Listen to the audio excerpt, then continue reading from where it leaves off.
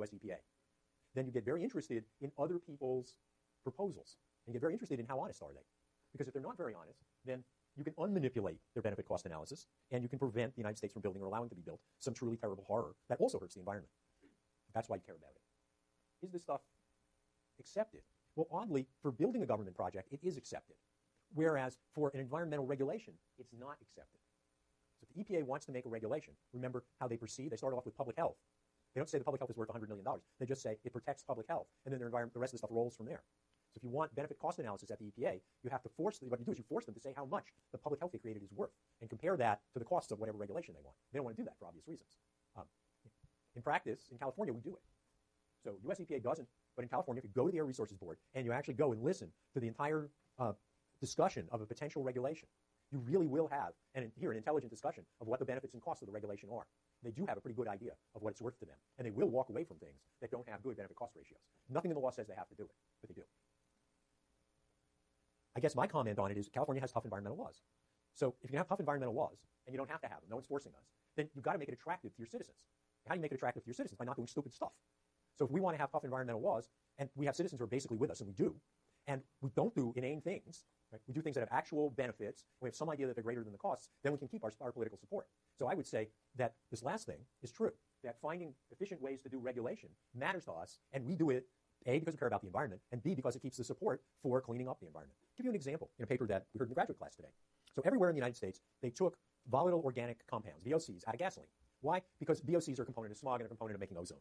And so if you can strangle the VOCs out of the system, you won't get as much smog. That was the limiting thing in LA, as I understand the air chemistry. So everyone in the United States was forced to take out the VOCs. In California, they went to the trouble of finding which of the VOCs actually contribute to smog, because not all of them do. They took out the ones that contribute to smog. In the rest of the United States, they took out the ones that were cheapest to take out.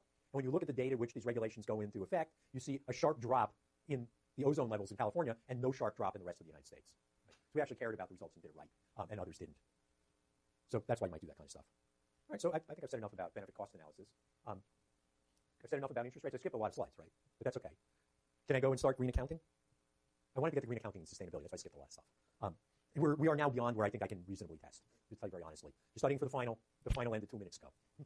All right? So I'm going to talk about green accounting, and it's technical, and therefore, I just can't imagine what question I would ask.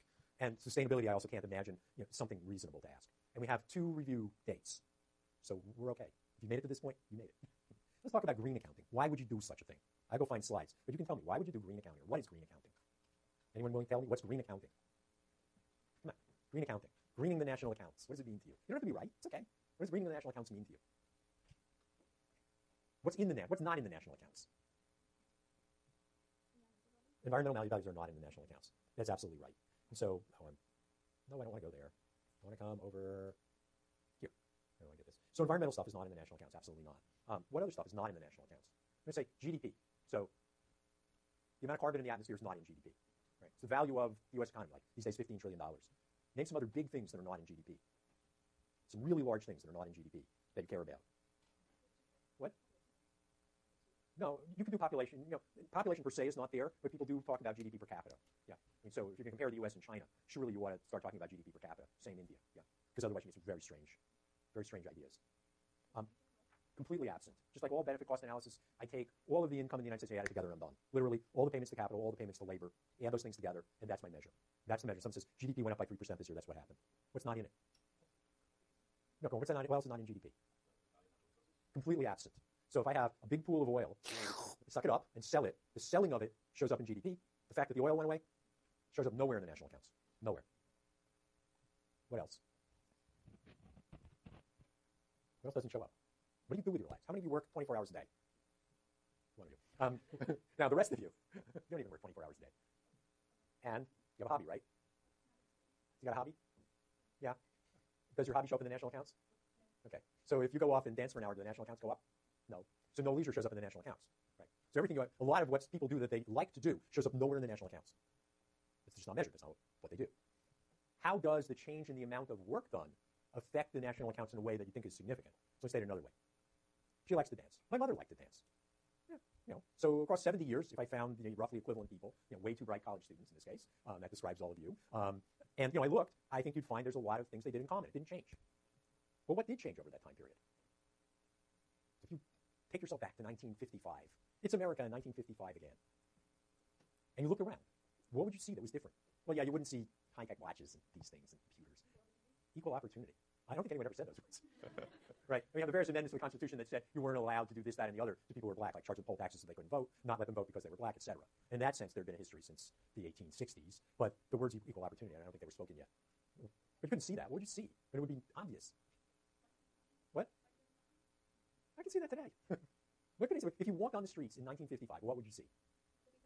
You'd see some cookie-cutter houses. And they had in them cookie-cutter people. And why weren't the cookie-cutter people at work? What? What? Only the men work. Well, not entirely true, but much more so than today, yes? Because what actually happened was people came home from the war, and my generation happened very quickly thereafter, days thereafter, as near as I can tell, in many cases. And somebody had to take care of the kids. The whole world of there were nursery schools and daycares and all that didn't happen. You might get sent to, the year before you went to kindergarten, you might get sent to nursery school for 3 hours one morning a week to try to socialize you, since most of the time you spent beating your brother to a pulp. And that's probably not what they wanted you to do in kindergarten, right? So there are all these kids, and there are a lot of people staying home, taking care of them, and all those people were women. All of them. I assure you, I was there. I never saw a single stay-home dad all the time I grew up. And what happened if you look today? What would you see? What? You see some stay-home dads, not many. We write them up when we find them. They're rare. But would you see the stay-home moms? Not to the same degree. So now let's go back to the national accounts. National accounts are valuing things that are bought and sold. Yeah? When the women go to work, what happens? They get paid money, right? And they take the money and they buy stuff, and the stuff they buy is called final goods, and it's valued in the national accounts. So if you take the period between then and now, and you look at the change in the national accounts, and you say, look how much growth there was in the United States. Look at all this economic growth. You have to remember that the national accounts don't have in them the unpaid work of taking care of your own kids that went away. So in some sense, just on their face, they're a gross overstatement of what happened. For the U.S., the big deal is there were many people who produced things of value, but the things of value were not final goods totaled up in a ledger, and therefore they show up not in the national accounts in the 1950s. We rearrange our lives. The kids didn't go away, right? They're still kids, but the kids are taken care of through things that are marketed. And therefore, the taking care of the kids then shows up in the national accounts. Or put it the other way, the value of women's time at home was taken as zero in the national accounts in 1955, and that was a mistake. But any way you look at it, the national accounts are not a wonderful measure of how well off people are. Right? They are an element of it, but they're not a complete description. So the greening part, which is the part that we supposedly care more about, come from national income and product accounts. And you have to start with some notion of accounting. How many people would rather die, kill me now, than take an accounting course? The rest of you want to take an accounting course? No, okay. But you don't want to die. Something between death and accounting, yeah? I wish I had taken an accounting course. I don't wish to actually have been in it. I don't want the experience, but I would have liked the knowledge many times in my life. It's a horrible subject because it was set up for a world before computers.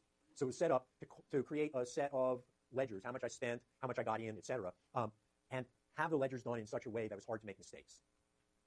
That's what it was all about. And they found ways to create a system where ordinary humans operating the system would get an accurate answer. But as my children would say, that was then and this is now. I wouldn't do it that way, and they don't. But the accounting stuff is still with us. Fundamental pieces are a statement of assets. So you look at the accounts for a firm. This is worth doing. Go look at edgar.gov, or just go Google 10K, literally 10 and a K. And you will go choose a firm, some firm you really love, like BP or Exxon or something, and go find their 10K and look through it. What you discover is there's a statement of assets. So we have so much cash, we have so much other investments, we value, in their cases, our oil at so much money, right? This is what we have on January 1st. And then they have a statement of what happened during the year.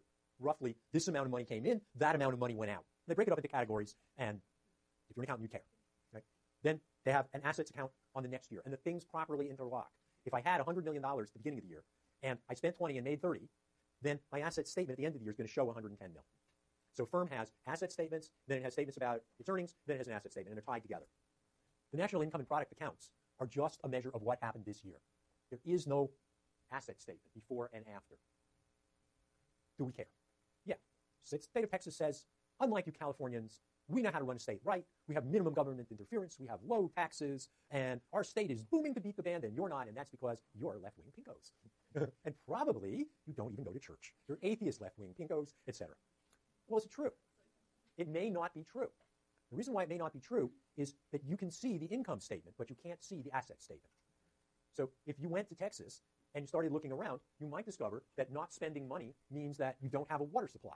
Well, not raining hurts too, but taking water that was fossilized water and taking it out of the Agua aquifer, right, and using it to irrigate gives you income, but it does not, it's not shown in your accounts that you've depreciated your water, nor is it shown in your accounts that you failed to build a new water conveyance system for your large cities. They're just nowhere in the accounts. The fact that you had beautiful roads at the beginning of the time and you have ugly beat-up roads at the end of the time shows nowhere in the accounts. So if you look and see what are the statement of how well are we doing now, right? Something about how much money came in, how much money came out, then you think, aha, I have the number, but you don't. And national income accounts don't do this on any level. I'll give you another example, although people know the numbers. If you look at California and you look at its government accounts or its private accounts, you will not see anywhere in the statements of what happened during the year. Right? Government got in so much money, paid out so much money. Private sector got in so much money, paid out so much money. Right? And all that kind of stuff. You'll find nothing about how big are our pension liabilities. So like the University of California has a pretty good-sized pension liability all by itself. Is there an asset statement that the state of California publishes? No. So what do we say? We say, well, look, let's look at our government accounts. Our government accounts showed we were slightly in deficit over the last several years, and now it shows that we're in surplus. Things are lovely. But if you looked at the asset account, which we tend not to look at, you'd see our roads are beat up, and we have big pension liabilities because we didn't put money in the pension fund, basically borrowed. It doesn't show. National accounts in the United States don't show that. You can see how much money I borrowed in a separate place, what's the national debt, but you can't see how beat up are the roads. That's not there. You can't see how uneducated are the children. That's not there. So there's a limit to what these accounts show you. By design, they don't tell you about things that persist from year to year, only telling you what happened this year. So that's just a limitation of a GDP measure. It's about this year. It's not about what did I leave to the future. Here's the firms and linked asset sheets. The key definition here is gross domestic. We'll stop right there. Value of all final goods and services is gross domestic product. So made within the United States is domestic. I never knew this. A national, what's a national? Is anyone here who's not a U.S. citizen and has the right to live here forever? She's a U.S. national, but not a U.S. citizen. Most of the rest of you are U.S. citizens and U.S. nationals. So gross national product includes anything any of you make worldwide if you're a U.S. national. National refers to someone who has the right to live here forever. Okay? So that's gross national as opposed to gross domestic. Goodbye. We will finish this and do sustainability.